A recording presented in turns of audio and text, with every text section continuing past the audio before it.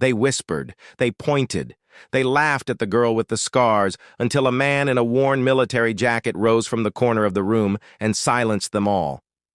What he said next, no one will ever forget. The high school auditorium buzzed with the electric chatter of teenagers waiting for the senior talent showcase to start, sneakers tapping against the polished wooden floor, whispers darting between rows like restless dragonflies. Mia sat near, the back, her hood pulled low, trying to be invisible. She had always been good at hiding, ever since the accident 2 years ago that left deep, jagged scars running from her jawline down her neck and across the side of her face. The skin never healed in the way she wished it would. Instead, it told a story she didn't want to tell. The scars had turned her into a living reminder of something tragic, something she couldn't erase. As the lights dimmed, she shifted uncomfortably, catching the side-eye glance from a pair of girls in the next row.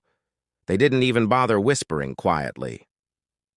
"Why does she even come to these things?" one snickered, probably hoping no one notices that horror movie face. Another giggled. Mia's throat tightened. She'd learned to swallow her anger, but the humiliation always cut deep, sharper than the shards of glass that had once torn her skin. Her plan was simple: watch the show, leave quickly, disappear before the crowd spilled out. But life had other plans. The third act came on stage, a group of boys doing a comedy skit, and one of them, Josh, the golden boy of the school, decided to use Mia as his punchline. He spotted her in the back, and with that cruel teenage bravado, he made a crack about Halloween coming early and monsters hiding in plain sight. The laughter rippled through the crowd like wildfire. Mia's stomach knotted, her hands trembled in her lap. It was a moment that could have passed, could have faded into another quiet wound, but that's when the sound of a chair scraping loudly against the floor broke the rhythm of their mockery. In the far corner, an older man in a worn army field jacket stood up. His posture was rigid, his jaw set, his eyes scanning the room with a kind of authority that made the air feel heavy. The murmurs faded.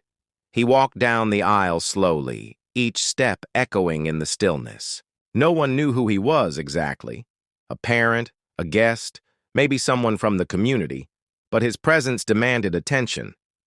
He stopped near Mia's row, looked directly at her, and then turned to face the crowd. "You think scars are something to laugh at?" His voice boomed, deep and unwavering. "Then you've never understood what it means to survive." The silence that followed was deafening. The man's voice carried the weight of someone who had seen too much, lived too much, and carried the memories in the lines etched across his weathered face. He didn't ask for permission to speak. He didn't need it. "My name's Daniel Harper," he began, his gaze sweeping across the auditorium. "United States Army, 2 tours in Afghanistan, and I'm here to tell you something about scars." The room stayed still, as though every teenager there instinctively knew they were about to hear something that mattered. "I got mine when our convoy hit an IED outside Kandahar," he said, tapping the faint, pale streak running from his temple to his chin. "Lost friends that day. Lost pieces of myself I'll never get back. And for a long time I thought these scars meant I was broken. That's what people will make you believe. They'll stare. They'll whisper. Sometimes they'll even laugh. Just like you did a minute ago." His eyes locked on Josh, who suddenly looked much smaller in his seat. "But what they don't tell you is that scars, they mean you lived. They mean you fought. And sometimes they mean you protected someone else at a cost to yourself." He turned to Mia then, and for the first time in months, someone wasn't looking at her like she was damaged. He was looking at her like she was a soldier who had come back from a war. "You've got those scars because something happened to you and you're still here," Daniel said. "That's strength. That's resilience. And if any of you in this room had half her courage, you'd be twice the person you are now." The quiet was heavy, but not the same kind of heavy as before. It was respect, dawning slowly over the faces in the crowd. Mia felt something shift in her chest, like a knot loosening. She didn't know this man, didn't know why he cared. But in this moment, he was a shield between her and the people who had been her battlefield for 2 years. Then, as if to drive the point home, Daniel reached into his jacket pocket and pulled out a small, folded American flag. "This was given to me when I came home," he said. "It's supposed to represent honor. Today, I'm giving it to you, Mia, because you've been fighting a war nobody sees, and you're winning." The applause started slowly, uncertainly, but soon the entire room was on its feet. After that night, things didn't magically transform into a fairy tale for Mia.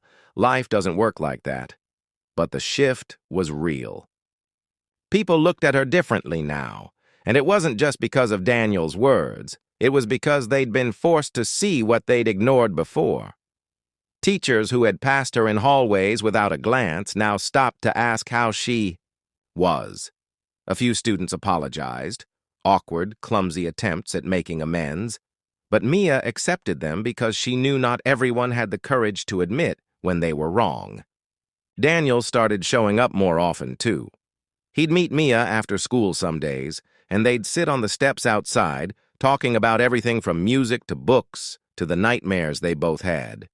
He never pried about her accident, and she never asked too much about his tours, but slowly they began to share pieces of their stories. Mia told him about the car crash that had taken her mother and left her trapped in the wreckage for hours, about the fire that had spread from the engine, about the moments she didn't think she'd make it out alive.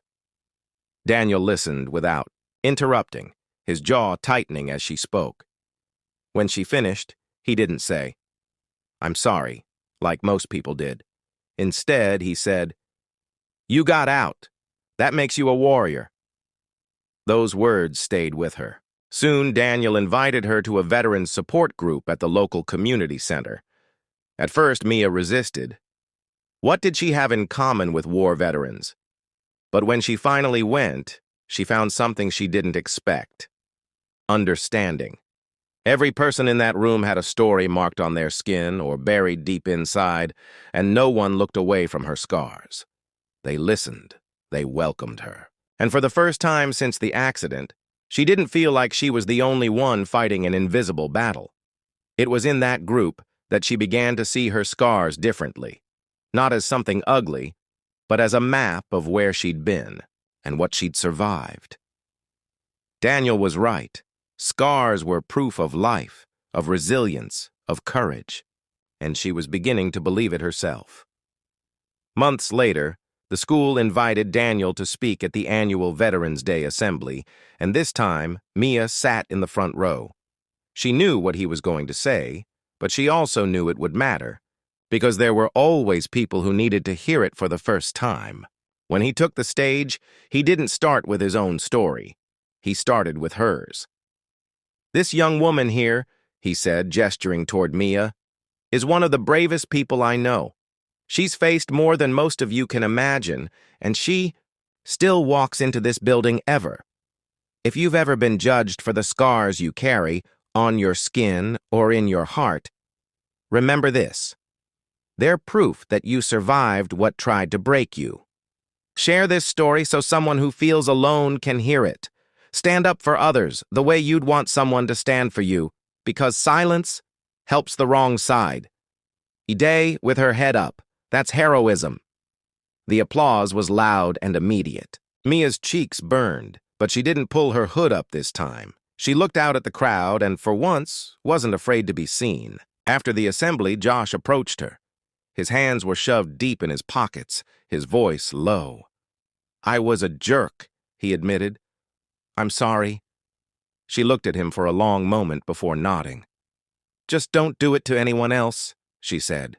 He promised he wouldn't. Daniel watched the exchange from a distance, pride in his eyes. Later, as they walked out together, Mia asked him why he had stood up for her that night. He smiled faintly. "Because someone once did it for me," he said. "And because silence helps the wrong side." That was the moment Mia understood something she would carry with her forever.